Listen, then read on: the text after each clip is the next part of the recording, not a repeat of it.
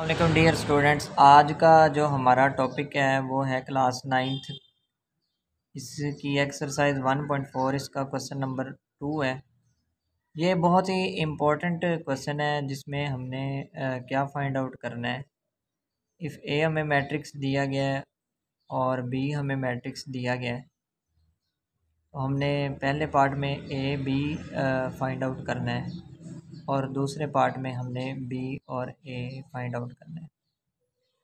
तो यानी कि हमने इसमें ए बी को मल्टीप्लाई करना है, इसका आंसर निकालना है, और बी ए को हमने चेक करना है कि मल्टीप्लाई होता है या नहीं होता। इससे जो प्रीवियस लेक्चर था उसमें हमने मैट्रिक्स को मल्टीप्लिकेशन करना बताया था कि कौन कौन से मैट्रिक्स आपस में मल्टीप्लाई हो सकते हैं या नहीं हो सकते। इसमें हम ए और बी को चेक करें। अगर ए और बी को हम चेक करें तो इसमें सबसे पहले मल्टीप्लिकेशन ऑफ मैट्रिक्स से मैंने चेक करना होता है कि कॉलम चेक करें। इसमें ए में कॉलम चेक करें कितने हैं, एक और ये दो कॉलम है, और रोज़ चेक करें एक और दो, यानी कि इस ए और बी में दो कॉलम और दो ही रोज़ हैं, तो ये आपस में क्या हो सकते हैं, मल्टीप्लाई हो सकते हैं। नंबर ऑफ़ कॉलम्स इक्वल है नंबर ऑफ़ रोज़ के, तो ये दोनों ए और बी आपस में क्या हो सकते हैं, मल्टीप्लाई हो सकते हैं। अब हम इसको सॉल्व आउट करते हैं। ए बी सॉल्यूशन में चेक करें ए और बी। तो सबसे पहले हम ए की वैल्यू लिखेंगे। ए की वैल्यू क्या है, 3 0 -1 2, 3 0 -1 और ये 2। फिर हम बी की वैल्यू क्वेश्चन से लिखते हैं, बी 6 और 5 है। बी की जगह पे ये बी मैट्रिक्स की वैल्यू हमने, ये ए की वैल्यू हमने लिख दी और ये बी की। अब इसको हमने मल्टीप्लाई करना है।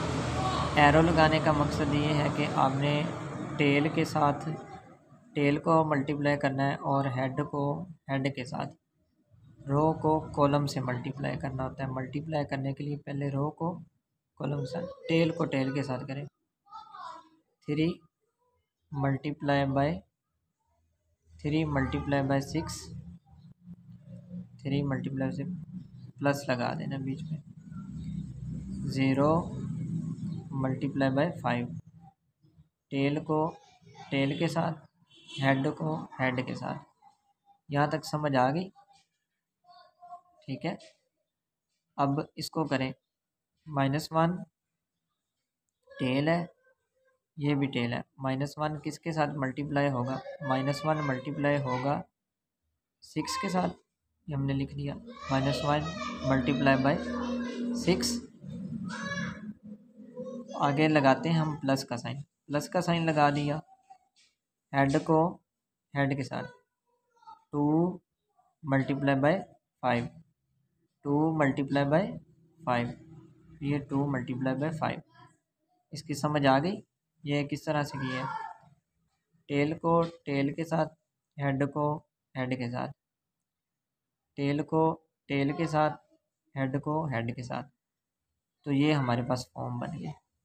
अब हम इसमें चेक करते हैं, ए बी वैसे का वैसे is equal to 3 multiply by 6 18, plus वैसे का वैसे 0 मल्टीप्लाई बाय 5, ये 0 ही है। -1 मल्टीप्लाई बाय 6, ये -6 होगा, plus as it is 2 multiply by 5, ये 10 होगा। समझ आ गई?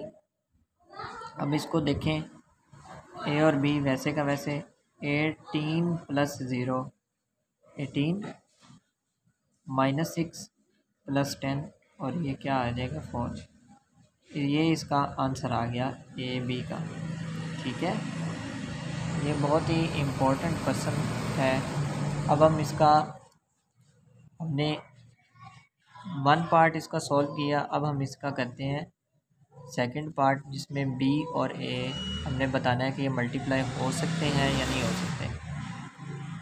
तो हम इसका पार्ट नंबर 2 सॉल्व करते हैं। अब हम इसमें चेक करें कि बी में कॉलम नंबर ऑफ कॉलम कितने हैं। ये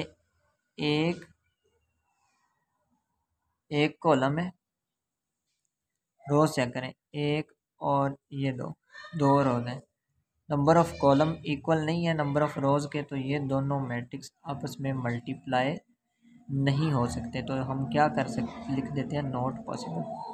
अक्सर स्टूडेंट्स ऐसे होते हैं जो कि इस क्वेश्चन को सॉल्व आउट करना शुरू कर देते हैं, लेकिन बेसिकली ये सॉल्व नहीं होता। क्यों नहीं होता? क्योंकि हमने मल्टीप्लिकेशन ऑफ मैट्रिक्स की डेफिनेशन में यही पढ़ा था, अगर नंबर ऑफ कॉलम्स एक मैट्रिक्स के नंबर ऑफ रोज़ के इक्वल आ जाएंगी तो वो मल्टीप्लाई हो सकते हैं। अगर number of columns number of rows के इक्वल नहीं आते तो वो मैट्रिक्स आपस में मल्टीप्लाई नहीं हो जाए, ये नॉट पॉसिबल। अब नेक्स्ट लेक्चर में हम इसका क्वेश्चन नंबर 3 सॉल्व आउट करेंगे। चैनल को लाइक और सब्सक्राइब लाजमी करिएगा। अल्लाह हाफिज़।